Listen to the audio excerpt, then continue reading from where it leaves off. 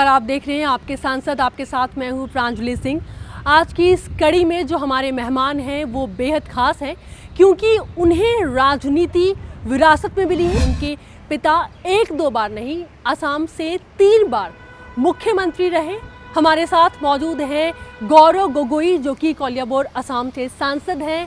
गौरव जी, संसद टीवी में बहुत बहुत स्वागत है। धन्यवाद। और मुझे भी बहुत खुशी हुई है कि संसद टीवी नया एक प्रक्रिया है, राज्यसभा और लोकसभा टीवी को दोनों को मर्ज करते हुए, तो आपके शो पे आने का मेरा ही सौभाग्य पड़ा है। जब गौरव गोगोई अपनी कॉन्स्टिट्यूंसी में रहते हैं या फिर जब असम में जाते हैं, तो क्या कहीं ना कहीं उनके पिता की जो एक छवि है उसका फ़ायदा आपको मिलता है या फिर गौरव गोगोई ने अपनी कोई पहचान अब तक बनाई है?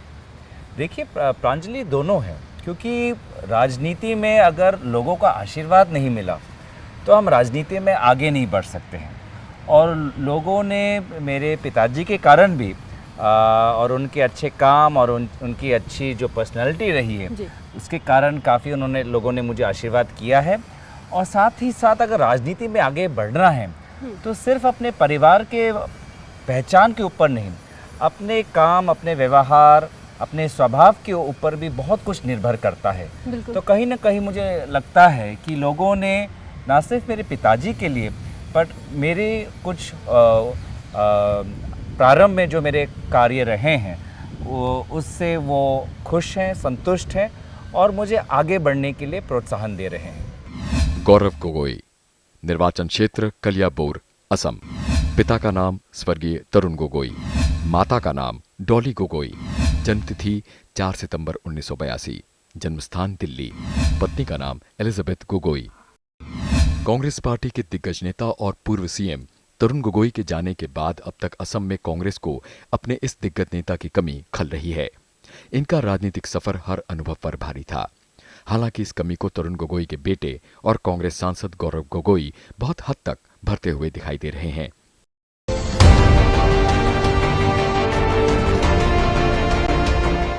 অসমৰ ৰাইজে কৈছে এবাৰ ৰাইজৰ দৰকাৰ কংগ্ৰেছৰ চৰকাৰ, মহিলাৰ দৰকাৰ, জাগিৰোডৰ দৰকাৰ, অসমৰ দৰকাৰ।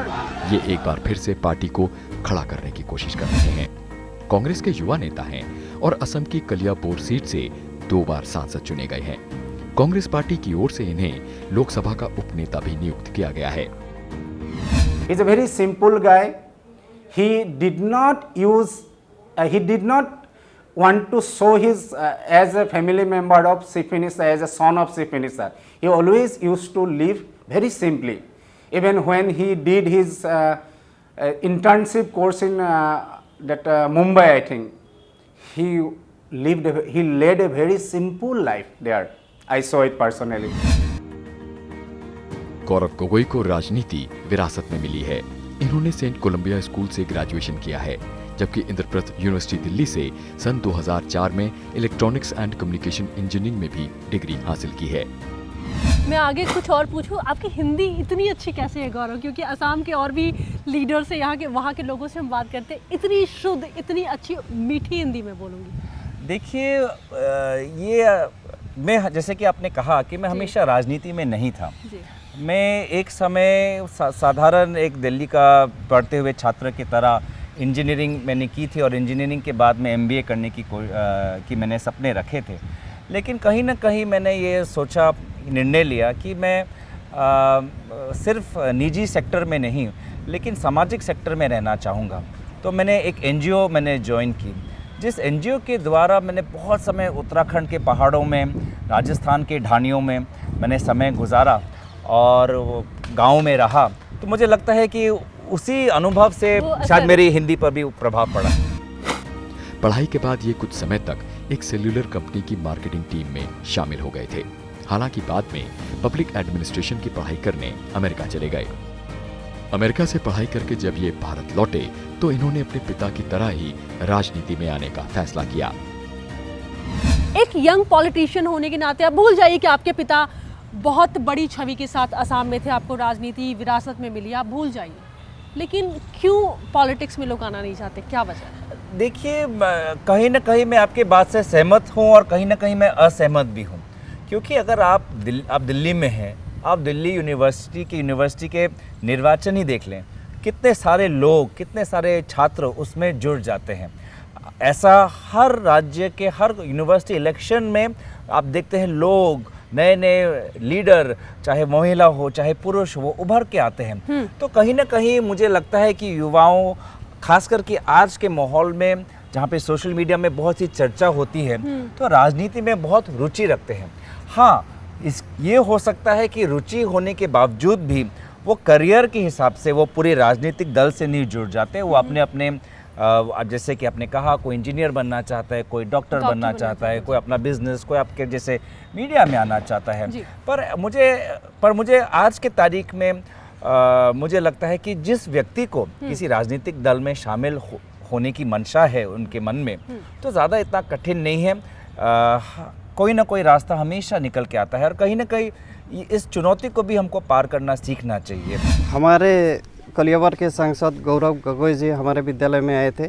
हमारे विद्यालय की कुछ समस्याएं थी, उनमें से एक है बाउंड्री वॉल की समस्या। तो वो हमारे स्कूल स्टाफ से उन्होंने बात की, फिर हमने रिक्वेस्ट किया कि यहाँ हमें एक स्कूल बाउंड्री वॉल चाहिए, और हमारे रिक्वेस्ट के अनुसार उन्होंने हमारे विद्यालय में, यहाँ 3 विद्यालय हैं, तो इन 3 विद्यालयों को एक साथ उन्होंने बाउंड्री वॉल दिया। ये अच्छा काम किया उन्होंने। सन 2014 में इन्होंने कांग्रेस पार्टी ज्वाइन कर ली। इसी बरस इन्हें कलियाबोर असम से भारतीय संसद के लिए चुना गया। 15 सितंबर सन 2014 को इन्हें परामर्श समिति, संचार और सूचना प्रौद्योगिकी मंत्रालय में सदस्य के रूप में नियुक्त किया गया। 28 मार्च सन 2017 में इन्हें रक्षा संबंधी स्थायी समिति का सदस्य बनाया गया। मई सन 2019 में इन्हें लोकसभा चुनाव में दूसरी जीत मिली। 13 सितंबर सन 2019 में इन्हें फाइनेंस संबंधी स्टैंडिंग कमेटी का सदस्य बनाया गया। 9 अक्टूबर 2019 में इन्हें कमेटी ऑन गवर्नेंस एश्योरेंस का सदस्य बनाया गया। 9 अक्टूबर सन 2019 में पूर्वोत्तर क्षेत्र विकास मंत्रालय में इन्हें परामर्श समिति का सदस्य बनाया गया। He has a very inquisitive mind.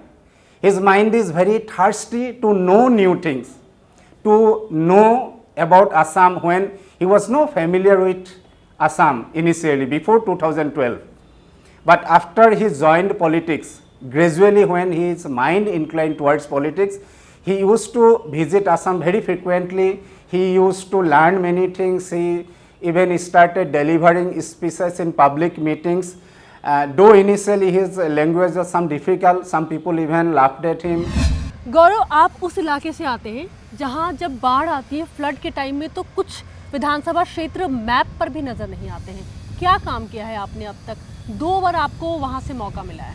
देखिए, अपने बहुत ही संवेदनशील मामला ये उठाया है।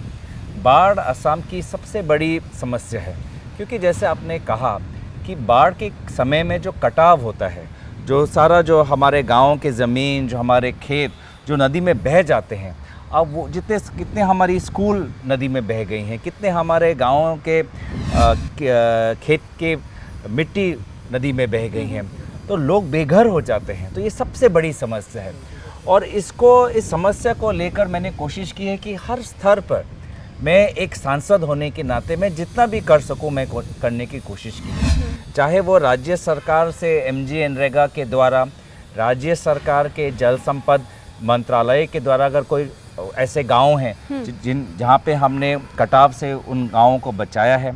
साथ ही साथ जब गांव में जब लोग शिविर में रहने लगते हैं, अपने घर को छोड़ना पड़ता है क्योंकि उनके घर नदी के पानी में डूब चुके हैं, तो जब शिविर में जब उनको खाने की ज़रूरत है, सामग्री की ज़रूरत है, दवाई की ज़रूरत है, इन सारे हमने हर वर्ष हमने इन शिविरों में जाके लोगों को हमने मदद की है। गौरव, आपने कई बार पार्लियामेंट में बाढ़ के मुद्दे को भी उठाया है। एक छोटी सी क्लिपिंग हम आपको दिखाना चाहते हैं। देखिए, पार्लियामेंट में जब गौरव किन किन मुद्दों को उन्होंने खास करके उठाया है, लेकिन उसमें बाढ़ सबसे अहम रहा है। कलियाबोर संसदीय क्षेत्र में बाढ़ की समस्या सबसे अहम है। इस मुद्दे को संसद में गौरव गोगोई कई बार उठा चुके हैं। असम में ब्रह्मपुत्र और बराक नदी के कारण लगभग 85 लोगों की मृत्यु हुई है। 17 लाख लोग अफेक्टेड हुए हैं। मणिपुर में 19 लोग की मृत्यु हुई है। 15 लाख बेघर हो चुके हैं। मिजोरम में इस बार पिछले 50 साल में सबसे ज्यादा बाढ़ की यह समस्या हुई है, जिसमें 12 लोग की मृत्यु हुई है। 1998 के बाद से कलियाबोर संसदीय सीट पर कांग्रेस के उम्मीदवार जीतते आ रहे हैं। 3 बार इस सीट पर गौरव गोगोई के पिता तरुण गोगोई ने जीत दर्ज की थी। ये संसदीय सीट 1967 में बनी थी। 14 बार इस संसदीय सीट पर चुनाव हो चुका है। 12 बार कांग्रेस ने जीत दर्ज की, 1 बार इंडिपेंडेंट और 1 बार असम गण परिषद के उम्मीदवार ने जीत हासिल की थी। कलियाबोर क्षेत्र को असम का धान का कटोरा कहा जाता है। इसके पूर्व में काजीरंगा नेशनल पार्क है और उत्तर में ब्रह्मपुत्र नदी बहती है। व्यापारिक और व्यावसायिक दृष्टि से ये क्षेत्र काफी महत्वपूर्ण है। यहाँ की कॉटेज इंडस्ट्री और हैंडलूम सेक्टर में लाखों की संख्या में लोगों को रोजगार उपलब्ध है। मैं टूरिज्म की बात करूं, काजीरंगा है, बहुत सारी ऐसी जगह है जहां पर घूमा जा सकता है। क्या आप वहाँ के लिए कुछ काम कर रहे हैं जो आप हमारे दर्शकों को बताना चाहेंगे? बेशक बहुत से ऐसे महिलाओं के संगठन हैं जिन्होंने काजीरंगा के पास में उन्होंने अपने गांव के अंदर अपने घर को एक एयरबीएनबी पे डाल दिया है। बेड एंड ब्रेकफास्ट जैसे वहीं लोगों को नाश्ता वो देते हैं, जो एकदम ट्रेडिशनल जो हमारा नाश्ता है वो पर्यटक तो काजीरंगा में आके बड़े बड़े रिजॉर्ट में तो रहते हैं, पर बहुत इन पर्यटकों को मैंने अपने फेसबुक के द्वारा या हमने ज़िला प्रशासन के द्वारा उनको ये जानकारी भी दी है कि बड़े बड़े रिजॉर्ट के अलावा ऐसे छोटे छोटे घर में हमारे कुछ महिलाएं हैं, कुछ युवा संघ हैं जिन्होंने असम की संस्कृति को अपने घर में दिखाया है। ऐसे कुछ संगठनों को हमने मदद भी की है ताकि वो अपने घर को और बड़ा कर सके। तो इस प्रकार से हम हमेशा चाहते हैं कि देखिए असम की जो छवि है वो बहुत समय तक ऐसी एक छवि थी जहाँ पे उग्रपंथी थे, हिंसा का वातावरण था। तो सबसे पहले मैंने छवि जो है असम की उसको, जो पुरानी जो छवि है उसको मिटाने की कोशिश की। कलियाबोर संसदीय सीट के अलावा पूरे असम के लिए सबसे बड़ा अभिशाप हर साल बाढ़ का कहर है, जिसमें काफी लोगों की जानें जाती हैं। हर साल बाढ़ के मौके पर राज्य सरकार सक्रिय हो जाती है, लेकिन पानी उतर जाने के बाद फिर सब कुछ जस का तस हो जाता है। देश में असम में ही सबसे पहले बाढ़ आती है। कोसी नदी को जिस तरह बिहार का शोक कहा जाता है, उसी तरह ब्रह्मपुत्र को असम का अभिशाप कहा जा सकता है। कलियाबोर लोकसभा क्षेत्र में इस अभिशाप का कुछ ज्यादा ही असर है। आप जानना चाहते हैं कि हमारे इलाके में, मेरे इलाके में ये समस्या, कैसे आप खुद को अपडेट रखते हैं? सोशल मीडिया के थ्रू लोगों से बात करते हैं, फोन पे लोगों को एंटरटेन करते हैं, कैसे आप जानते हैं? देखिए मैं तो हमेशा बहुत एक ओपन पर्सन हूँ, तो चाहे लोग मुझे फ़ोन पे बात करें, वो चाहे मेरे लोकसभा क्षेत्र के हों, चाहे मेरे लोकसभा क्षेत्र के बाहर हो, चाहे वो दिल्ली में निवास करते हुए असम के लोग हों, चाहे बेंगलोर के हो, जो कोविड के समय कहीं पूरे देश से हमको मुझे फ़ोन आए अपने अपने गाँव में जाना चाहते, तो हम सबके लिए हमने कोशिश की कि अगर गोवा से अगर कोई लोग जाना चाहते हैं, पुणे से लोग जाना चाहते हैं, हमने सबकी मदद की। और जब हम अपने क्षेत्र में जाते हैं तो घर में हम समय बिताते हैं। अब हम जैसे कि हमने कहा कि हम एक परिवार का सदस्य समझते हैं, और अब जब अपने क्षेत्र में जाते हैं वो क्षेत्र हमारे लिए हमारे घर समान होता है। कलियाबोर लोकसभा के एमपी गौरव गोगोई जी ने पार्लियामेंट में जो मुद्दे को लेकर वो उभरते हैं और देश के जनता के लिए, कृषक के लिए, निबनुआ के लिए, जो श्रमिक के लिए वो जो बोलते हैं पार्लियामेंट में, उसको देखकर हम लोग को बहुत अच्छा लगता है, क्योंकि हमारे लोकसभा क्षेत्र से एक होनहार नौजवान को हम लोगों ने चुन के भेजा है। इसलिए हम प्राउड फील करते हैं कि वो एक नौजवान की तरह पार्लियामेंट में पब्लिक के लिए बोलते रहे और अच्छा से काम करे। अभी हाल फिलहाल में उन्होंने हम लोग का दुर्गा मंदिर में 3 लाख रुपया जो एमपी फंड के है वो भी उन्होंने जारी किए हैं, और जो हम लोग का सुलुंग दैनिक बाजार का जो रास्ता है वो आपका नया एक फंड दिया है, उससे सीसी ब्लॉक का काम चल रहा है। गौरव गोगोई जी काफ़ी अच्छे एमपी है हमारे कलियाबोर के।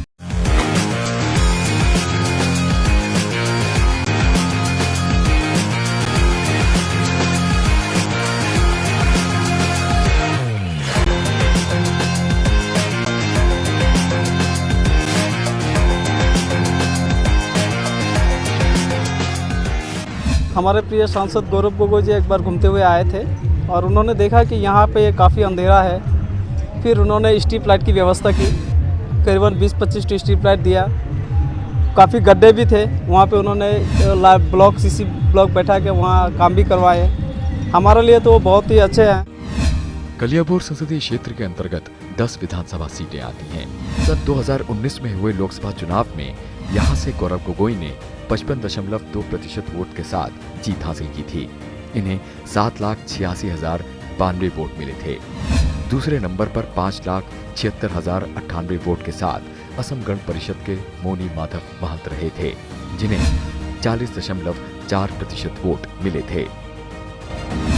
संसद में गौरव गोगोई की उपस्थिति 69% है। 34 डिबेट प्रश्नकाल के दौरान इन्होंने 98 सवाल जनहित में उठाए। 3 समिति के ये सदस्य हैं। स्पेशल मेंशन के तहत इन्होंने 10 सवाल उठाए हैं। इसका इंट्रोडक्शन का विरोध करता हूं, क्योंकि 18 लॉ कमीशन में कंसल्टेशन पेपर जो रिफॉर्म्स ऑफ फैमिली लॉ है उसमें भी लिखा गया है that the legal age for majority should be recognized uniformly. 18 years should be recognized uniformly as the legal age for marriage for men and women alike. ये law commission का report है। हर आदमी के लिए वो अच्छा काम कर रहा है। वो गौरव गोगोई हमारे असम के जितने भी एमपी है, सब एमपी से सबसे ज़्यादा बोलने वाला है।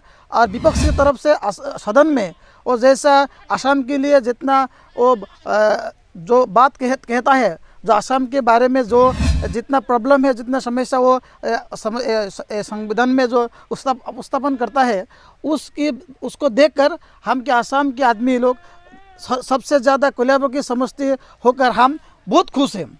1-2 काम हुआ है, पर हमारा बागान अंचल में जो सांसद का जो अमाउंट होता है उसमें आज तक एक रास्ता का उन्नयन नहीं हुआ है या कोई ऐसा फाउंड नहीं दिया है हम लोगों का। जो गौरव गोगोई काम कलियाबोर वासी राज ने उसको वोट देके जिताया, फिर ऐसा कुछ उन्नयनमूलक काम नहीं किया है जो हम लोग उसको तारीफ कर सकते हैं। क्योंकि आज 2 टर्म्स उसने कलियाबोर से जीतकर आज दिल्ली में रहता है, पर हमारा असम के जो कलियाबोर में आज तक उसका ऐसा कहीं काम नहीं हुआ जो हम लोग बोलेंगे।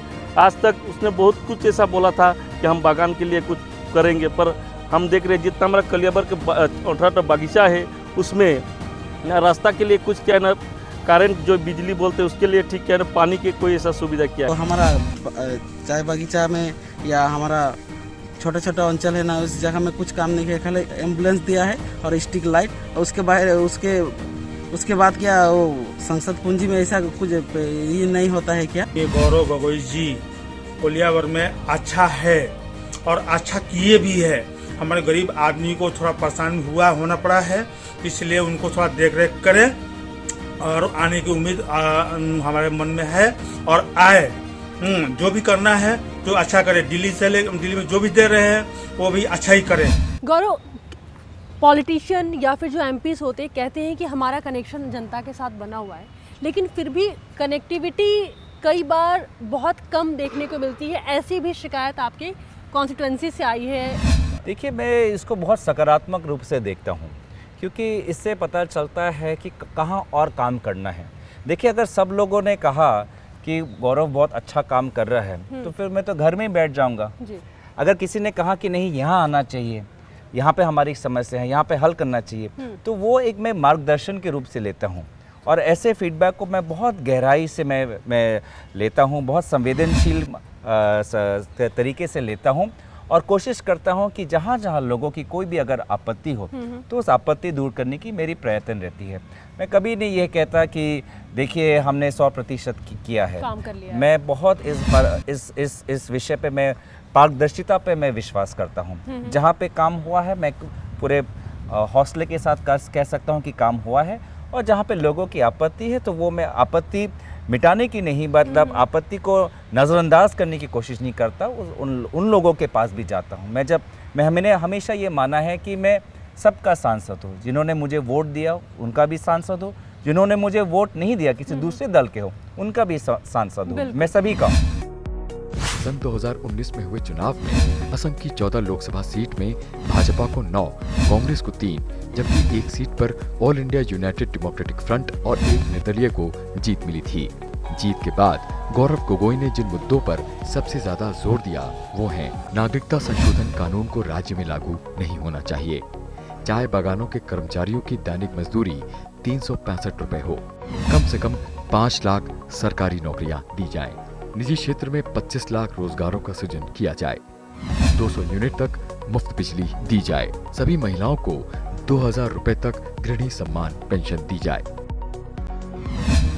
गौरव गोगोई का परिवार काफी छोटा है। वो अपने परिवार के लिए एक ढाल बने रहते हैं। शायद तभी मीडिया की चकाचौंध में इनका परिवार कभी ज्यादा रहा नहीं, पर अंत में इनकी पत्नी का गाया एक गीत हम आपको सुनाने जा रहे हैं, जो सोशल मीडिया में भी आपको आसानी से मिल जाएगा।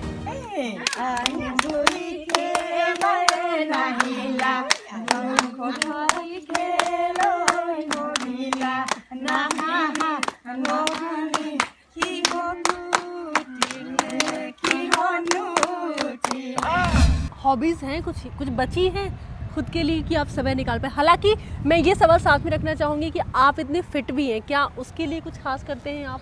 देखिए, 2 चीज़ मुझे बहुत पसंद है।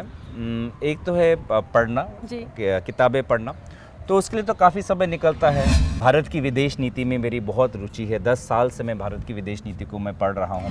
मैं बेशक कोशिश करता हूँ कि कहीं भी हूँ कि हफ्ते में 4 दिन तो मैं लगभग 30 मिनट तक मैं कुछ तो मैं एक्सरसाइज करूँ। अगर मैं अपने क्षेत्र में भी जाता हूँ तो मैं गाड़ी में अपने डंबल्स और योगा मैट को लेके ही जाता हूँ। क्या बात है, मतलब हेल्थ फ्रीक हम सुनते हैं, लेकिन आप उसमें से भी अपना टाइम इतने बिजी शेड्यूल में से भी निकाल लेते हैं। देखिए, फ्री की बात नहीं है, अनुशासन की बात है। मुझे लगता है कि अगर हमारी ज़िंदगी में अनुशासन रहे, चाहे व्यायाम को लेके हो, चाहे खाने को लेके हो, तो हम जिंदगी का सब ही हम जो अलग अलग रंग है हम ले सकते हैं। गौरव, बहुत बहुत शुक्रिया। इवन मुझे बहुत अच्छा लगा आपसे बात करके। धन्यवाद।